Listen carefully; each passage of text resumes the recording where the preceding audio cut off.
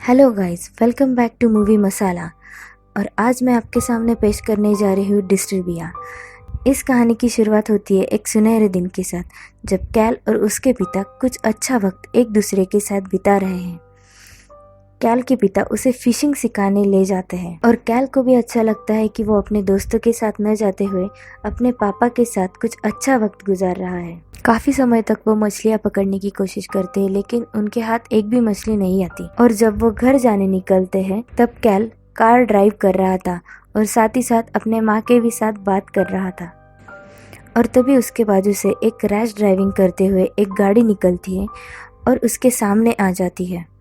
कुछ ही समय बाद वो गाड़ी अचानक से मुड़ जाती है और कैल की गाड़ी एक सामने खड़ी हुई कार से टकरा जाती है। उसे संभालने का एक मौका तक नहीं मिलता और उनका बुरी तरीके से एक्सीडेंट हो जाता है। उनकी गाड़ी पलट जाती है। उसी वक्त फिर से और एक कार आकर उनकी गाड़ी को टकरा जाती है और वो गाड़ी कैल के पापा के साइड टकरा जाती है। लेकिन कैल जैसे तैसे करके गाड़ी से उतरने की कोशिश करता है और अपने पापा को बाहर निकालने की कोशिश करता है। और तभी उसके पापा को देखकर वो जान जाता है कि उसके पापा अब नहीं रहे और वो कुछ नहीं कर सकता। इसी घटना के बाद कैल बहुत डिस्टर्ब हो जाता है। उसका पढ़ाई में और किसी भी चीज़ों में मन नहीं लगता। एक साल के बाद जब वो क्लासरूम में बैठा हुआ होता है और बैठे बैठे वो सो जाता है, तभी उसके स्पेनिश के टीचर गुस्सा हो जाते हैं और कैल को कहते हैं, बताओ तुम अगले 3 महीने की छुट्टियों में क्या करने वाले हैं और ये मुझे स्पेनिश में एक्सप्लेन कर दो। पर कैल वो बता नहीं पाता। उसी साथ टीचर उसको पूछता है, तुमने अपना होमवर्क किया क्या? उस पर कैल कहता है, नहीं मैंने नहीं किया। तभी टीचर गुस्से से कैल को बोलता है, मैं तुम्हें फेल न करने की एक वजह बताओ। अगर तुम्हारे पिताजी को ये सब पता होता तो उनको कैसा लगता? ये सुनकर कैल को बहुत गुस्सा आ जाता है और वो अपने टीचर को मारता है। तब वो टीचर उस पर केस करता है। जज कैल को गिल्टी करार देते हुए और उसकी सिचुएशन समझते हुए उसे 3 महीने की हाउस अरेस्ट की सज़ा देते हैं। तभी पुलिस ऑफिसर उसके घर आकर उसके पैर में एक ट्रैकिंग डिवाइस लगाकर जाती है, जिसका रिसीवर उसके घर में लगाते हैं ताकि वो 100 फीट की दूरी तक ही सीमित रहे और घर से बाहर ना निकले। वो लेडी ऑफिसर उसे समझाती है, अगर उसने 100 फीट की दूरी पार कर दी तो ट्रैकिंग डिवाइस की एलईडी लाइट रेड हो जाएगी और तब उसे 10 सेकंड के अंदर रिसीवर के दायरे में आ जाना है और तब उसके ट्रैकिंग डिवाइस की एलईडी ग्रीन हो जाएगी। अगर वो 10 सेकंड के अंदर नहीं आता है तो पुलिस अरेस्ट कर लेगी। तभी कैल देखता है कि उसमें से एक पुलिस ऑफिसर का नाम होता है गुटेरियस। तब पुलिस ऑफिसर कैल को बताता है, मैं तुम्हारे टीचर का कजिन हूँ जिसे तुमने मारा है। हाउस अरेस्ट होने की वजह से कैल पूरा वक्त गेम, टीवी, म्यूज़िक सुनने में बिताता है और पूरा घर गंदा कर देता है।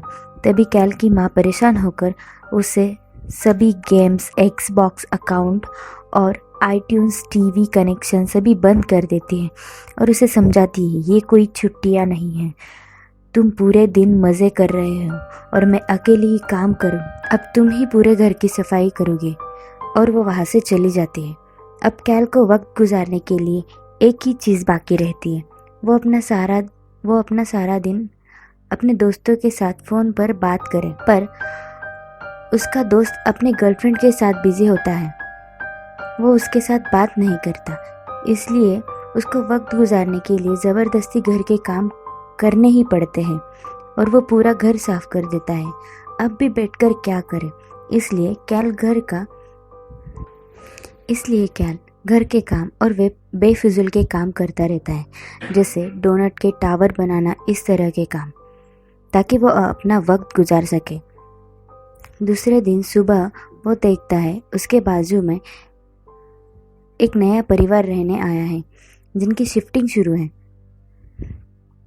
तभी वो देखता है उस परिवार में एक सुंदर लड़की भी है। उसी वक्त उसके घर की डोरबेल बज जाती है और उसे तंग करने के लिए कुछ लड़कों ने उसके घर के सामने एक बैग जलाकर रखी थी, जिसे कैल बुझाने जाता है और उसको पता चलता है उसमें डॉग शीट रखी है। तभी वो गुस्सा होकर उन लड़कों के पीछे भागता है और उसके पैर में रेड लाइट जलते हुए अलार्म बजने लगता है।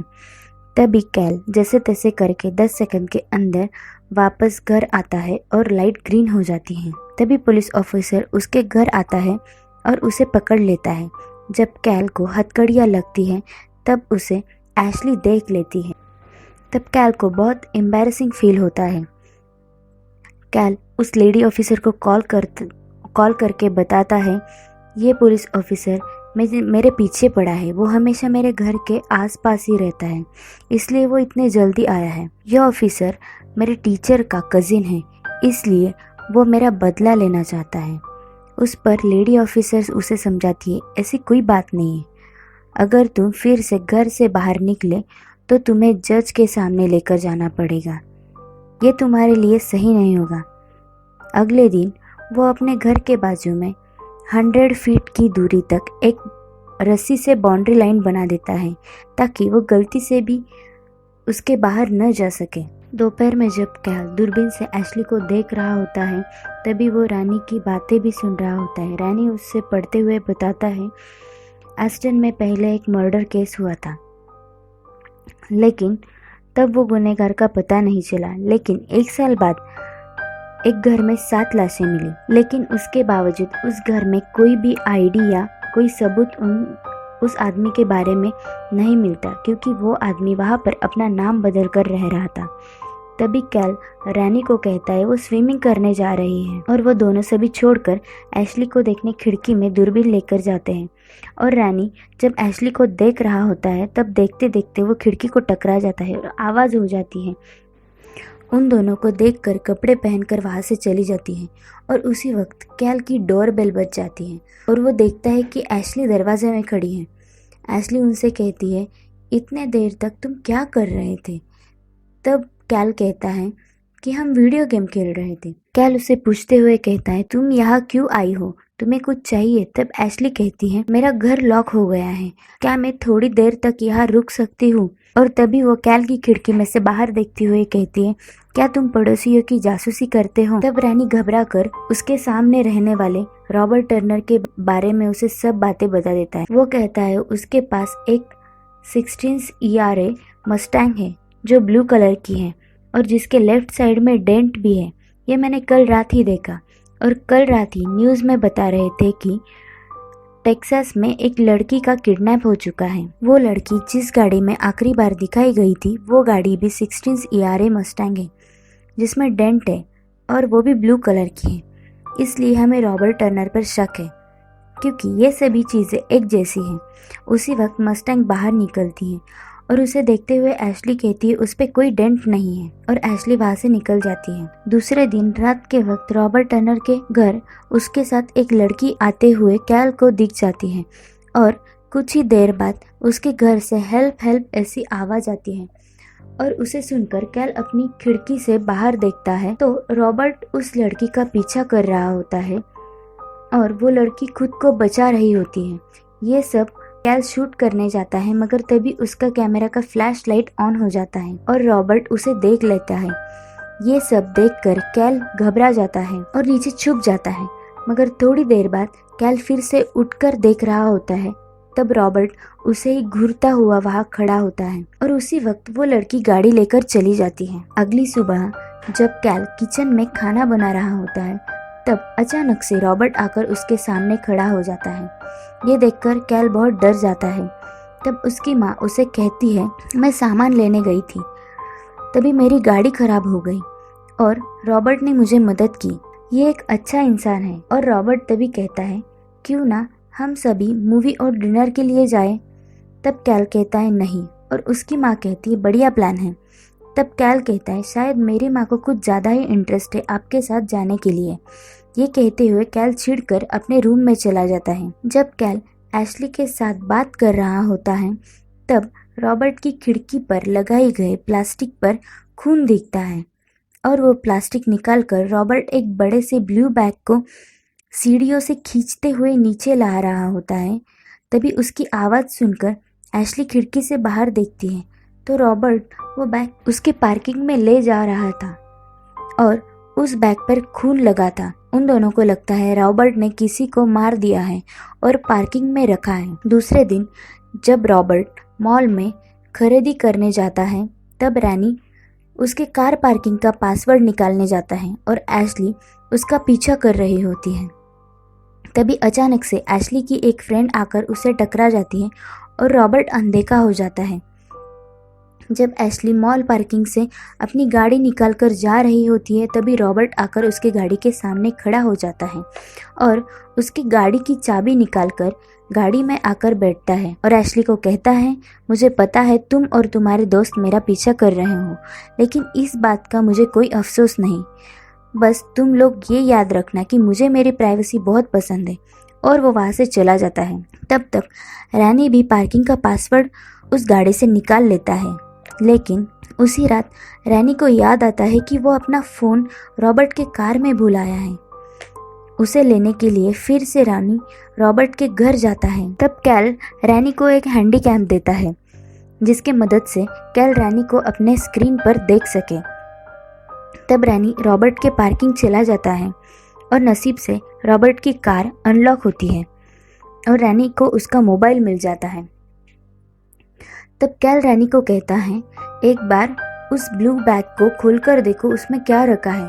तभी रैनी का हैंडी कैम गिरने लगता है और जैसे तैसे करके रैनी उसे बचा लेता है, लेकिन तब तक अचानक से पार्किंग का डोर बंद हो जाता है और रैनी कैल से कहता है, मुझे लगता है यहाँ पर कोई है। रैनी घबरा कर भागने लगता है और उसका कैमरा भी बंद हो जाता है।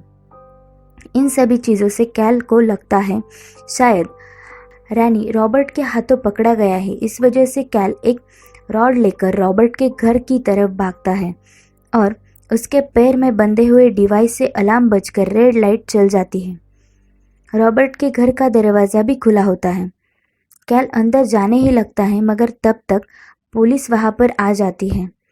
तब कैल उनसे कहता है, मेरे फ्रेंड को किडनैप किया गया है और इस घर का मालिक उसे मार देगा। तभी रॉबर्ट बाहर आ जाता है और वो कहता है, मुझे इस बारे में कुछ पता नहीं।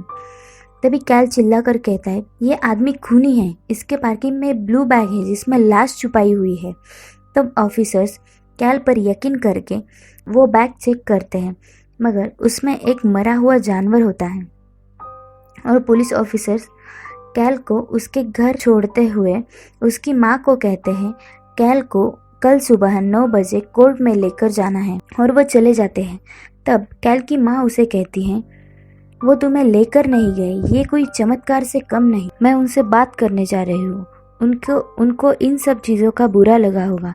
कैल कहता है, मुझे कुछ फ़र्क नहीं पड़ता, मगर उसकी माँ कहती है, मुझे पड़ता है। तभी कैल के फ़ोन पर रैनी का मैसेज आता है और उसे रैनी की तस्वीर दिखाई देती है जिसमें रैनी बेहोश है, मगर उसे समझ आता है वो मेरे ही कबर्ड में है। तब रॉनी कैल से कहता है, मैं पुलिस आने से पहले ही वहाँ से निकल चुका था, लेकिन मुझे डर लगा पुलिस मुझे ले न जाए, इसलिए मैं तुम्हारे कबर्ड में आ छुपा।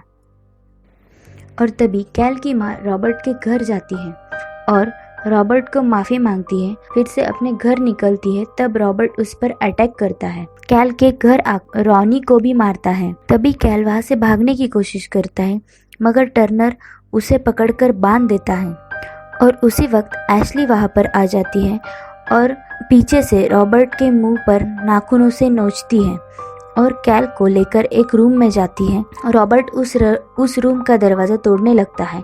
उसी वक्त वो दोनों खिड़की से एशली के स्विमिंग पूल में जंप करके भाग जाते हैं और कैल अपने माँ को बचाने रॉबर्ट के घर चला जाता है। तभी कैल के पैरों में बंधे हुए ट्रैकिंग डिवाइस की एलईडी जलकर अलार्म बजने लगता है और फिर से पुलिस आ जाती है। कैल के घर का दरवाज़ा खुला देखकर पुलिस अंदर चली आती है, मगर रॉबर्ट उनको भी मार देता है। तभी कैल रॉबर्ट के घर के अंदर चला जाता है और अपनी माँ को आवाज़ देकर ढूंढने लगता है।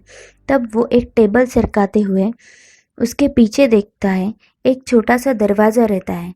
वो उसे ऊपर करते हुए देखता है, वहाँ पर एक लड़की की लाश होती है जो अब तक पूरी तरीके से सड़ गई होती है। तभी कैल एक और रूम के अंदर जाता है। वहाँ पर बहुत सारा ऑपरेशन का सामान होता है और दूसरे टेबल पर बहुत सारी लड़कियों की आईडी, फोटोज, फोन, पर्स, ऐसे बहुत सी चीज़ें होती हैं। और उसमें उस दिन टर्नर के घर आई हुई लड़की का भी आईडी होता है। तभी चलते चलते कैल का पैर एक लकड़ी पर पड़ता है और कैल पानी में गिर जाता है, जहाँ पर बहुत सी लड़कियों की लाशें होती हैं।